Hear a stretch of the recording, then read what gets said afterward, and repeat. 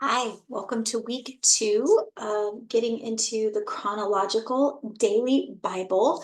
I started off with just the first day last week so that you can get a taste of what this is. My name is Stephanie. I am a child of God. I love the Lord. I get in His Word every day. So I just want to share with you the insights that I have from the reading and my takeaways. I hope that you join me here, and in the notes, you'll have how you can get this Bible and other resources that I will mention. So we're effectively doing January 2nd to 7th today. And so that encompasses Genesis 4 to 19. It's not always in order of the Bible because this is chronological by time, and the Bible is actually organized in a little bit different format. So it just happens to align right now. So where we are going to pick up is Adam and Eve have been expelled from the Garden of Eden, and we now have them living outside, and they are going to start to have a family and create a life. So chapter 4, we see the story of Cain and Abel. And one of the things that I want to highlight here is that from Genesis 3 to 11, we see human rebellion. So there's multiple stories. We have Eve and then Adam joining her with eating the fruit, which was probably a pomegranate. Then we have this story. We're going to talk a little bit about Cain and Abel, the flood, and then the Tower of Babel. These all illustrate consequences of sin in creation. And so those are good resources if you want to dig in a little bit more. Romans 5:12 to 21 and Hebrews 3:15 have some additional kind of bouncing back and forth on that. So Adam and Eve get pregnant, and they have some kids, Cain and Abel.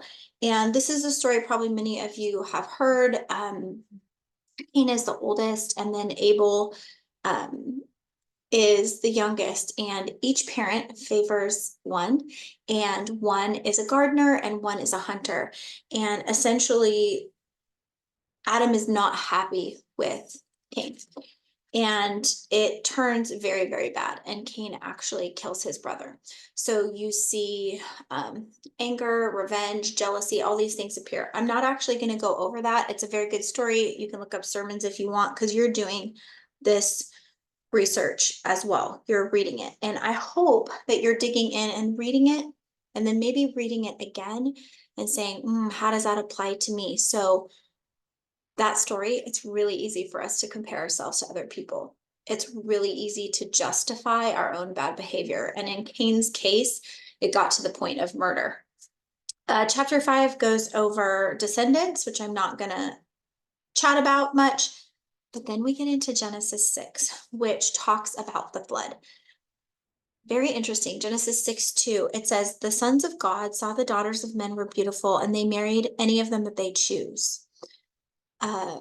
There are some that believe sons of God are human, and there are some that believe the sons of God are fallen angels. I happen to be in the camp that believe that they are fallen angels, because you will see in verse 4, it says, the Nephilim were on the earth in those days, and also afterward, when the sons of God went to the daughters of men and had children by them. They were the heroes of old, men of renown. So the Nephilim, that would be fallen angels, and the offspring of that is believed to be giants. And you see descendants of that being Goliath. And I was not really taught any of this as a kid. And I knew that Goliath was really large, but I never put together, you'll see as we study this, there are certain tribes that are from this sort of mixed belief of fallen angels and humans, and they're giants, and they're mentioned over and over again in scripture. So this is what's so cool about reading it through all the way, is that there's things you've probably never heard in a sermon before. I had never ever heard that. So I thought that was fascinating. My study Bible here says that Nephilim were giants, people probably 9 or 10 feet tall. These may have been the same people mentioned in Numbers 13, and Goliath also was 9 feet tall in 1 Samuel 17, and so were his brothers, by the way. We're not there yet. Okay, this is so sad. Verse 6, the Lord was grieved that he had made man on the earth, and his heart was filled with pain. Our Creator does not want us to make bad choices, but He allows us to make choices. We're not a puppet, right? We have free will. And so it pains Him so early on. We're in the 6th chapter of this entire Bible. I mean, we're barely in, you guys. And He's wondering if He made the right decision, right? So I want to read verse 11.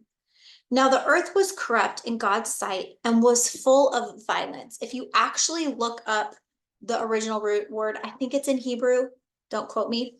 The word violence there is Hamas, Hamas. Have you heard of Hamas recently? So that word means violence.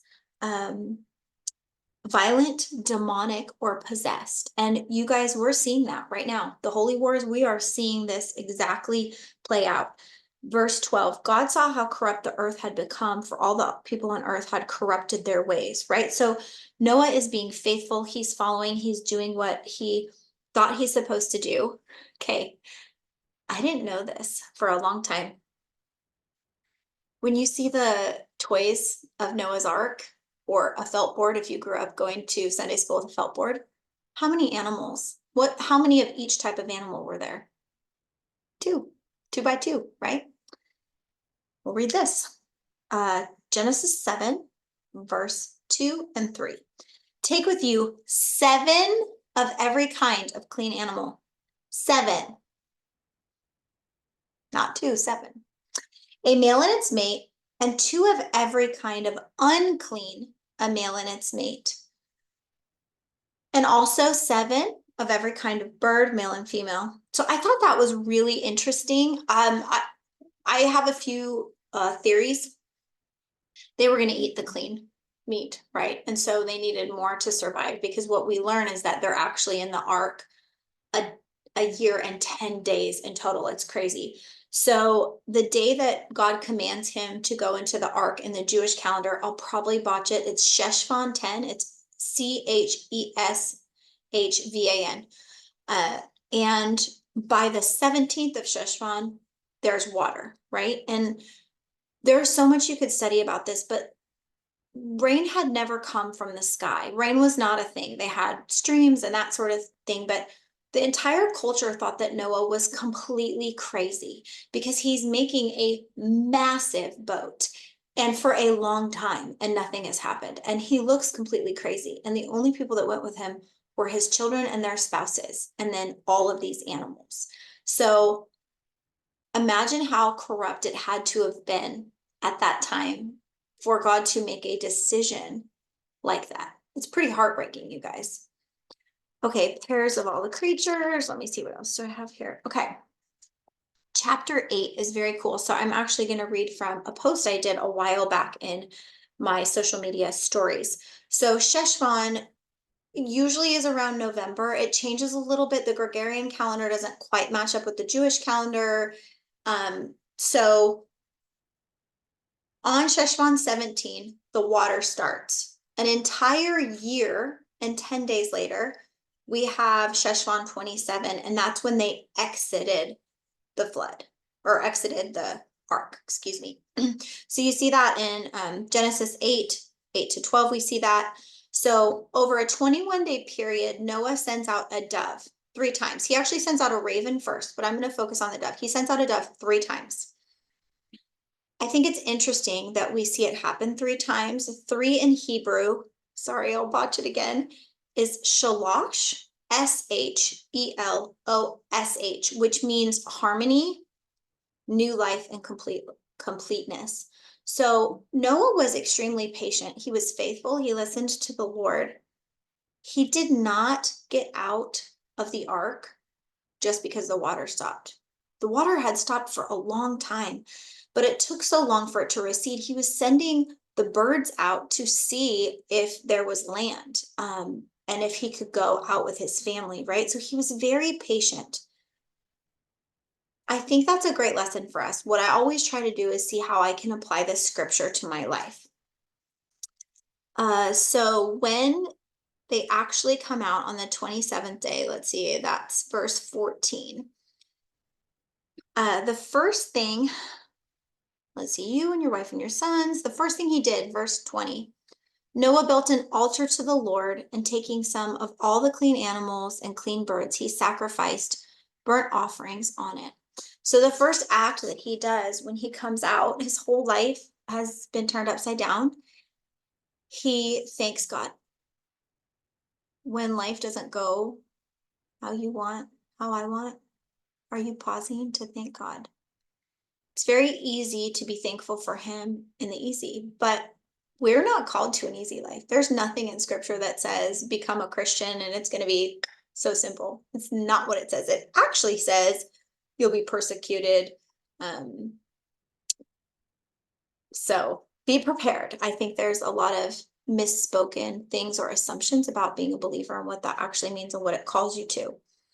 But I also want to, hold on, let me back up. So what are you going to first? So when he gets out of the ark, it's Genesis 8:20. First thing he does is he builds an altar to the Lord, right? He shows gratitude to the Lord.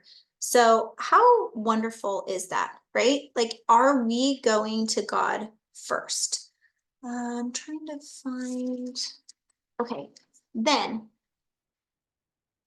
in Genesis 9, kind of section 12 to 16,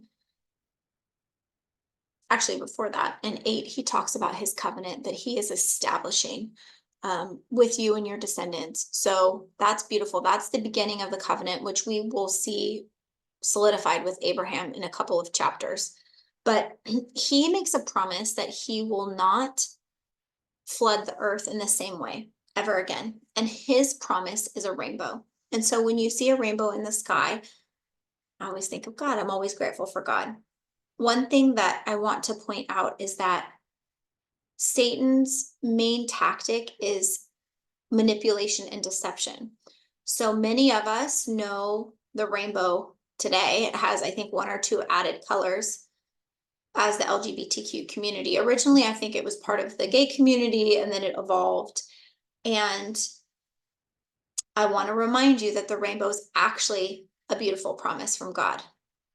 And it's being plagiarized by a non-biblical movement. And he has tried to take that symbol on.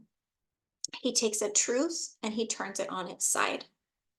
Satan does this with all kinds of sin. So I'm not specifically calling out LGBTQ. I have a lot of people that I love that choose a lifestyle that I would not within the sexual community.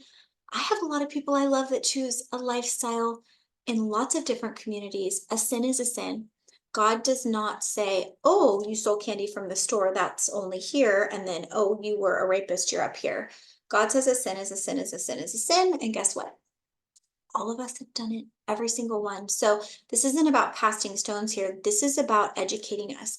And so when we start to see how deceptive Satan is, you will see his tactics. He's not that creative, honestly.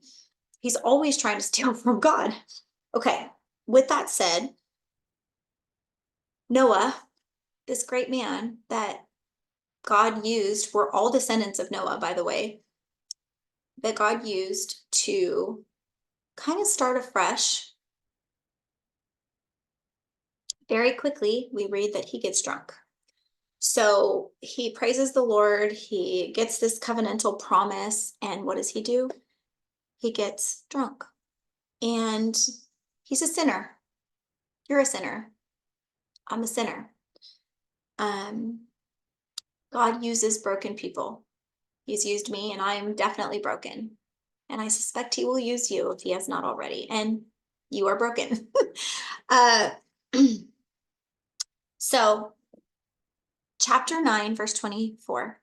When Noah awoke from his wine and found that his youngest son had done to him, his son basically let everybody know he was naked.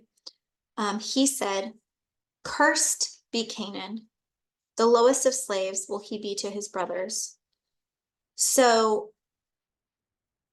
Canaan, so this is a foretelling kind of what happens. Canaan was eventually taken over by Israel, and we'll see that later on in the Old Testament. And so this is not good. This is the beginning of division, and you're going to see more division. It'll come. Okay, chapter 10 goes over some more lineage. I'm not going to highlight anything on there. Genesis 11 goes over the Tower of Babel. I just wanted to highlight that the people wanted to make a name for themselves. They wanted to reach God. They had decided that they were going to take things into their own hands. They wanted to have control. They were not actually looking to do the will of God. They were looking to do the will of self, which I can relate to. I'm pretty sure you can relate to, right? I mean, how many times are we praying and asking God to match that? We pick it and you just bless it, Lord. And he's like, no, no, no. I pick it and I bless it and you follow it. But that's a really hard thing to learn, right? Okay, let's see. Okay, near the end of Genesis 11, this is the account of Terah. So this is 11:27. Terah, the word, actually means delay. So if you see verses 31 to 32, Abraham were married, blah, blah, blah. Okay. Terah took his son Abram, his grandson Lot, son of Haran, and his daughter-in-law Sarai, the wife of his son Abram. Together they set out from Ur of the Chaldeans to go to Canaan. But when they came to Haran, they settled there.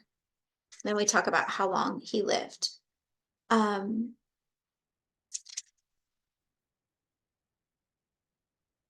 Abram was supposed to go to Canaan.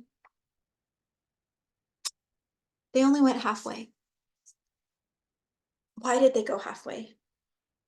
I don't actually know. But it's a question, and it's something for us to consider. How many times has God given us direction of something to do? We do it halfway. We do it for a little while. Then we get frustrated because it's not happening soon enough, or it's not happening the way we thought it was, or how could this happen to me, etc. We will see the problems that occur because he didn't go to Canaan right away. Okay, so chapter 12, that's where we get into it. The Lord said to Abram, leave your country, your people, and your father's household, and go to the land that I will show you. And then this is where he originally makes the promise. I will make you a great nation. You will be a blessing. I will bless those who bless you. Okay. So he went with his dad and Lot. He actually did not do what God asked. God told him to leave his father, which we'll see later. When you get married, you leave your mother and father. Your first priority is your spouse. It's biblical. You'll see it over and over. He's calling it out right here. He says that. He says, leave your country, your people, and your father's house and go to the land I show you. And he didn't go all the way. Okay. Abram left. This is verse 4. He sets out from Haran. He finally is setting out for the land. They arrive there in verse 5. Okay. The Lord appears to him and he says, to your offspring, I will give this land. Beautiful, right? And Canaan is that area that Israel eventually takes over. They were destroyed. And it's the area that's under turmoil now, that's been under turmoil forever, the Holy Land. Okay, so it's right here. The juicy stuff starts a long time ago. Okay, so then let's see. Sent him on his way. Oh, so when Abram gets into Egypt, he says, tell Pharaoh you're my sister. Why? Do not say that you're my wife, because I'm afraid they're going to kill me. They're going to take you. Okay, on and on. So I want to point out sin and deception that has been taught over and over. Eve took it, encourage your husband to take it. Cain and Abel, they are killing each other. One of them is killing over jealousy. Noah, it's so bad. Noah does what he's supposed to, then he gets drunk. He's a hot mess. Okay, then we have Abram not going where God told him, he partially goes, and then lying about who his wife is. Well, Pharaoh finds out, kind of freaks out, doesn't like this, tells him, don't do that again. You would think Abram would learn. By the way, this is the guy that God is using to say, like, your generations, all of your generations, they will be more than what's the stars in the sky. This is who God chooses. So obviously, Abram had some really redeeming qualities as well, but he was still a broken man. That's what I'm trying to point out. So anytime that you worry that you're supposed to be perfect, or you think any believer is supposed to be perfect, right here, God uses messy, broken people, okay? Okay. Chapter 13. I'm not going to get into that, but basically, Lot takes the better land. Abram gives him the better land, and because they can't get along, and Abram chooses the lesser land. And the Lord comes to him, verse 15, and said, all the land that you see, I will give you and your offspring forever, forever. So he's promising to him. And later on, we see Abram actually goes back to save Lot, because Lot lives in Sodom, no, Gomorrah, maybe both. And it's so out of control.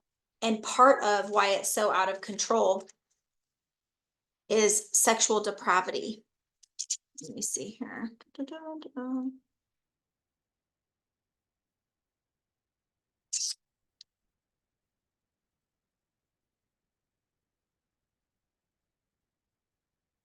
I may be ahead of myself. Hold on. No, I'm not. Let me see here. Maybe 10th, the 10th period.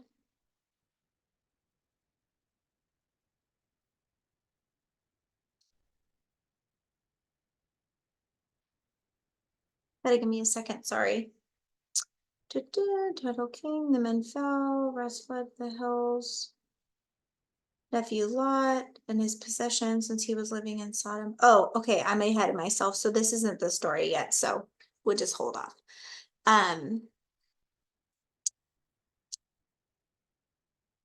Chapter 15.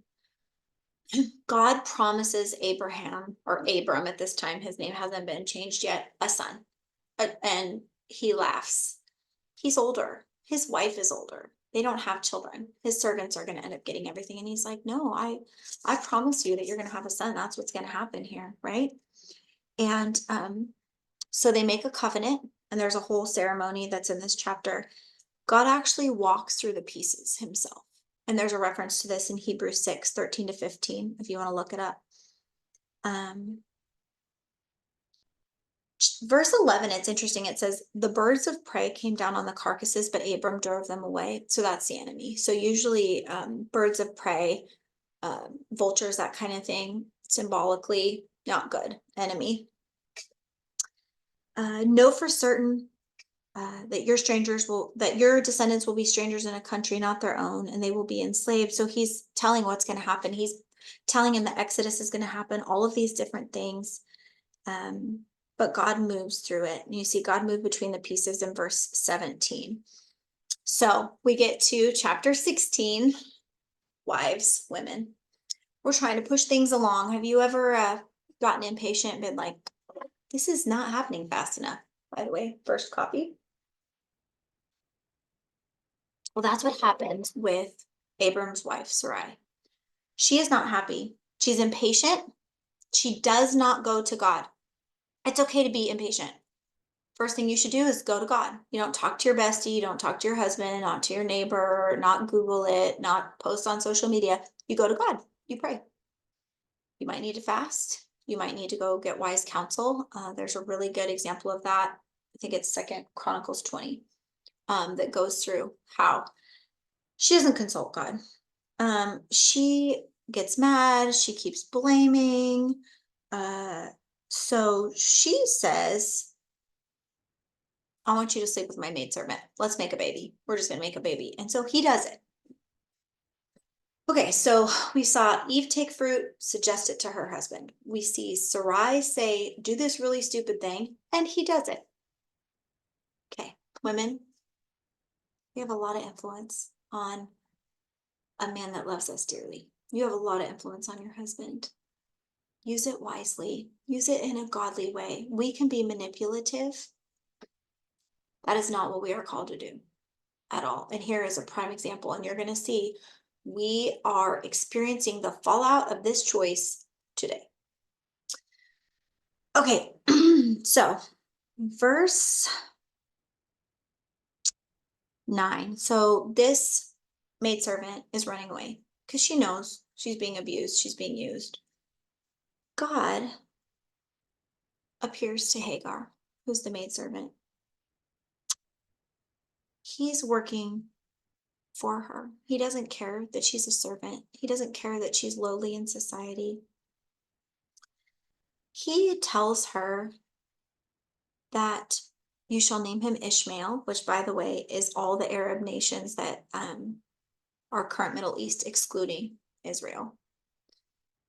And this is the only woman in the Old Testament that God speaks to. I know it says an angel of the Lord. That's God when you see angel of the Lord. It's the only woman he speaks to. So think about that. Because there's a lot of really powerful women in the Old Testament that we will go through. He takes the time to see her and speak with her. That is profound. In her suffering, that's when he shows up. And she said, "You are the God who sees me." Powerful, right? And I think that's Jehovah. Is it Jehovah Rapha? I have all the, let me see. God who sees me. I should know this, shouldn't I?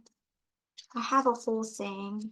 God who sees me. Elroy, Elroi, the God who sees me. There's lots of different names for God in the Bible, loving, endearing terms. So chapter 17 happens, and it's actually about 13 years later.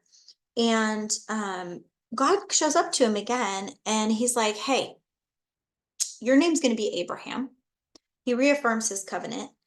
And he also says, everybody needs to get circumcised, your entire household. So he takes his son as well at that time, Ishmael, and anybody at 8 days, he gives the whole thing on why and how to be circumcised. And it's a sign that you belong to the Lord.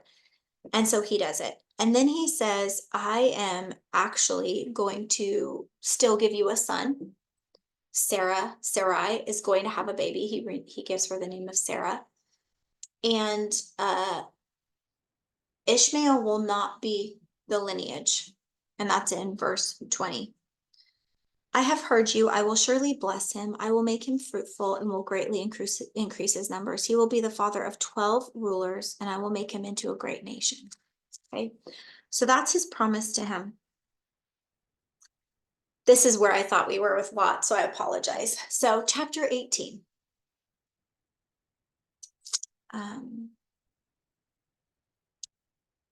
So Sodom and Gomorrah, it's really out of control.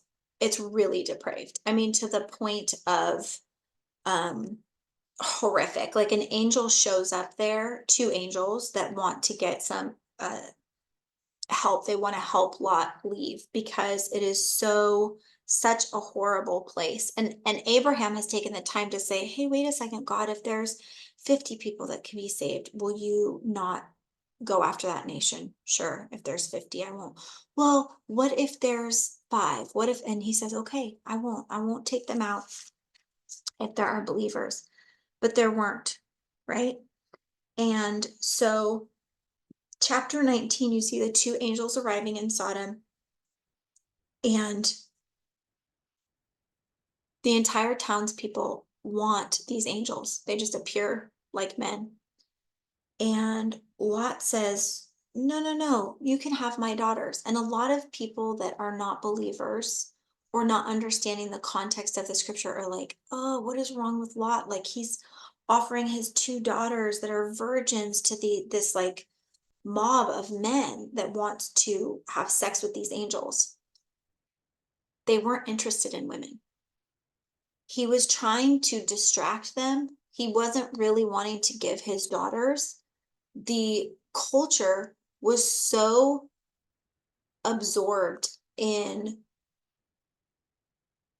out of control sexual choices, out of control. And so let me see, look, get out of our way. That's verse 9. Like, they want to go and be the judge. The angels helped him shut the door and basically protect them. And he said, do you have anybody else here? And he's like, the angel said, you need to get your family and get out of here. So he starts to do it. The in-laws are kind of ignoring him. They thought he was joking, his son-in-laws. So this story is a great example of, as parents, as believing parents, we need to raise our children up well. We need to help them before they're out. And if they ask for advice as adults, of having a good partner. His daughters were not married to faithful men. They thought it was a joke. They didn't respect and listen to the father-in-law. Lot somehow was not living his life where the son-in-laws respected him, if that makes sense. So he basically gets his daughters and his wife, and the angel's like, you need to flee. They tell him, you're going to flee. We are destroying this place. And so they do. They take off. Just the daughters, no son-in-laws. Son-in-laws aren't listening. The wife looks back. And in verse 26, it says, Lot's wife looked back and she became a pillar of salt. So I did some research on this because I'm like, what in the world? What it actually said was verse 24. Then the Lord rained down burning sulfur on Sodom and Gomorrah from the Lord out of the heavens. Thus he overthrew those cities, the entire plain, including all those living in the cities and also the vegetation in the land. Okay, so I did some research on this. People did not live in that area. There was no vegetation that was produced for 500 years after this event occurred. Okay. This area was surrounded by a mud brick wall that was 13 feet thick and 100 feet high. But almost all of this wall that protected the area was sheared off. And within those melted walls, they found shards of pottery, precious metals, all covered with salt-heavy ash, which is kind of how Lot's wife is being described, right? They also found strange materials, shocked quartz, which is a material that's common in nuclear bomb testing sites, tiny spheres containing iron and silica called spherules, and nanoscale diamonds. For these odd materials to form, the temperature would have been over 2,000 degrees Celsius, the surface temperature of a small red dwarf star. Okay, so what happens, or what happened, because this is really high energy, high temperature event. Scientists think that it was a cosmic airburst caused by a large meteor exploding in the air directly above the city. I love, love, love when science comes together with the Bible. It is fascinating, you guys. This stuff lines up. It's crazy. Okay. You know what? I may have gone too far because I think we ended on 18, but I'm already in chapter 19. So I think that's for Genesis 8. So we're just going to finish this chapter. So sadly, you guys, we see this pattern again of learning bad behavior, of deception, of sin, of control, of taking matters into our own hands. So his daughters, now that they've fled, are so worried that they will never have children and that they will die and they will not repopulate, that they get their dad so drunk, Lot, that they each have sex with him on repetitive nights, and they each end up having their father's children. We are not meant to take things into our own hands. I would love to encourage you to reflect on when and where you've taken matters into your own hands. You didn't consult God at all. You just did whatever because it seemed like the right thing at the time. I'd love for you to reflect on how that worked out for you, if that really was the right thing for you, because oftentimes it's not, right? The other thing I wanted to highlight is just this, this Genesis 12 kind of up through what I read about. God begins a new history of blessing. by calling Abram out of his country and his family. And he promises new people and new possibilities. And we see that over and over. I kind of went through some of those things. Genesis 12, he's called to leave his land. He's called to go out to Canaan. Genesis 15, a covenant with Abram that he will have a son, and that's where the lineage will come from. And then in Genesis 17, we see that that covenant is affirmed with now Abraham, and they get circumcised as a demonstration of that. So that is the end of week 2. I will be posting every Monday, and it will be retrospective. So I would love for you to get this chronological Bible to follow along. It's usually 2 to 3 chapters a day for you. I highly recommend doing something called Lectio Divina, which one of my girlfriends actually has a podcast on. So I'll also put that in the notes. And it's where you read a set of scripture and then you read it again and see what really sticks out to you. And then you make some notes based on that. There's so much application that we can have and take. And I barely covered these stories have so much depth. I just wanted to point out what stuck out to me and what I thought would be helpful to you. So I look forward to seeing you next week. If you enjoy this, you can share it with a friend. That is the best thing that we can do, is be disciples, share about our faith, and hope and believe that those that we love will also be saved, because there is no greater gift than that, you guys. Be blessed.